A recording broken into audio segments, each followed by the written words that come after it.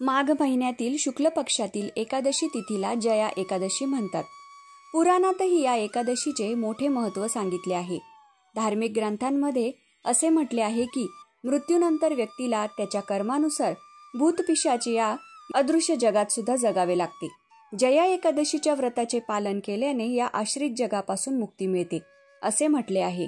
जया एकादशीचे व्रत पूर्ण विधीपूर्वक पाळल्यास भगवान विष्णू आणि देवी लक्ष्मीचा आशीर्वाद मिळतो आणि या जन्मातील तसेच मागील जन्मातील पापांपासून सुद्धा मुक्ती मिळते. नमस्कार, मी शीतल. स्वागत आहे आपलं संपूर्ण धार्मिक या यूट्यूब चॅनलमध्ये. आजच्या या व्हिडिओमध्ये आपण जया एकादशी बद्दल सर्व माहिती बघणार आहोत. जया एकादशीचे व्रत कसे करावे, त्याचे काय फळ मिळते आणि जया एकादशी व्रताची कथा. पद्मपुराणामध्ये भगवान श्रीकृष्णांनी शब्द सांगितलेले आहेत. त्यात असे म्हटले आहे की जो कोणी या एकादशीचे व्रत पाळतो त्याला वेदनादायक पिशाच्या जीवनापासून मुक्ती मिळते, म्हणजे त्याला या जन्मात जावे लागत नाही. पौराणिक कथेनुसार हा दिवस खूप शुभ मानला जातो. राजा हरिश्चंद्राने सुद्धा जया एकादशीच्या दिवशी उपवास करून आपल्या जीवनातील घटना आत्मसात केल्या होत्या. भगवान श्रीकृष्णांनी या व्रताबद्दल युधिष्ठिराला सांगितले होते की हे व्रत केल्याने ब्रह्महत्येच्या पापापासून मुक्ती मिळते. पूर्ण भक्तिभावाने हे व्रत विधी पाळल्यास भूतप्रेतांचा त्रास सहन करावा लागत नाही. एवढेच नाही तर मृत्यूनंतर मोक्ष प्राप्त होतो. ज्याने जया एकादशीचे व्रत पाळले त्याने सर्व प्रकारचे दान दिले आणि यज्ञ केले अशी धार्मिक श्रद्धा आहे. हे व्रत केल्याने भक्ताला अग्निष्टोम यज्ञाचे फळ मिळते. भूतप्रेतांचा त्रास सहन करावा लागत नाही. पुराणात माघ महिना अत्यंत शुभ मानला गेला आहे.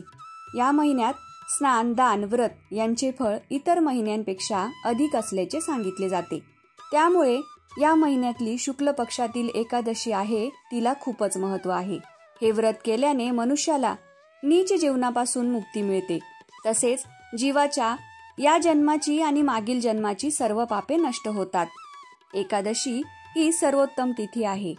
एका आख्यायिकेनुसार एकदा देवांनी स्वर्गातील नंदनवनात एक उत्सव आयोजित केला होता. या उत्सवात सर्व ऋषीमुनींनाही आमंत्रित करण्यात आले होते. या महोत्सवामध्ये गंधर्व मुलींचा नृत्य गायनाचा कार्यक्रम होता. त्या दरम्यान अचानक पुष्यवती नावाची नर्तिका हिची नजर मल्यवान नावाच्या गंधर्वावर पडली. तो तिला आवडला. त्यानंतर दोघेही एकमेकांकडे पाहू लागले. पुष्यवती आणि मल्यवान एकमेकांकडे बघण्यात इतके तल्लीन झाले होते की ते आपण उत्सवात उपस्थित आहोत हे त्यांच्या लक्षातही आले नाही आणि दोघेही आपली मर्यादा ओलांडून जवळ आले. हे पाहून त्या ठिकाणी उपस्थित असलेले सर्वच अस्वस्थ झाले. यानंतर इंद्रदेवाने पुष्यवती आणि मल्यवान यांना शाप दिला की ते पिशाच्या जगात भटकतील आणि आतापासून त्यांना स्वर्गात स्थान मिळणार नाही. त्यानंतर ते दोघेही मोक्ष शोधण्यासाठी हिमालय पर्वतरांगांमध्ये पिशाच्य रूपात भटकू लागले. दोघांनाही आपल्या चुकीबद्दल पश्चाताप झाला. तेव्हा त्यांची भेट नारद मुनींशी झाली. नारद मुनींनी माघ महिन्याच्या शुक्ल पक्षातील एकादशीच्या दिवशी भगवान विष्णूंचे ध्यान करण्यास त्यांना सांगितले हे व्रत केले तर त्यांची पिशाच योनीतून मुक्तता होईल. त्यांची या जन्माची मागच्या जन्माची पापे ही नष्ट होतील. पुष्यवती आणि मल्यवान यांनी या तिथीचे व्रत ठेवले, विधी केला, ज्यामुळे त्यांना पिशाच प्रजातीपासून मुक्तता मिळाली. जया एकादशीच्या दिवशी या भटकणाऱ्या लोकांना मुक्ती मिळते. त्याचवेळी पितरांना सुद्धा सुख मिळते. याशिवाय वैकुंठ धामामध्ये श्रीहरींच्या चरणी निवास करता येतो. पुष्यवती आणि मल्यवान यांनी एकादशी तिथीला काहीच खाल्ले नाही. त्यानंतर त्यांनी रात्री जागरण केले, श्रीहरींचे स्मरण केले.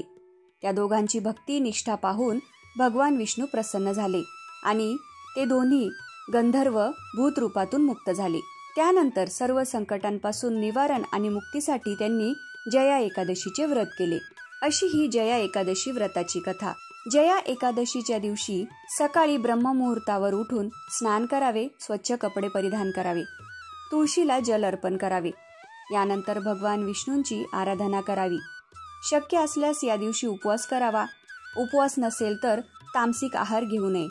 भगवान विष्णूंसमोर धूप दीप लावावा. त्यांना तुळशीची पाने, पंचामृत अर्पण करावे. विष्णू मंत्राचा जप करावा. भगवान विष्णू सोबत देवी लक्ष्मीचीही पूजा करावी. देवाच्या पूजेमध्ये फळ, फूल, पंचामृत, धूप, दीप, अगरबत्ती, हळदी, कुंकू, अक्षता, नैवेद्य, मिठाई असावी. पिवळी फुले सुद्धा असावी. देवाला नैवेद्य प्रसाद दाखवावा आणि नंतर तो सर्वांनी ग्रहण करावा. दुसऱ्या दिवशी या व्रताचे पारण करावे.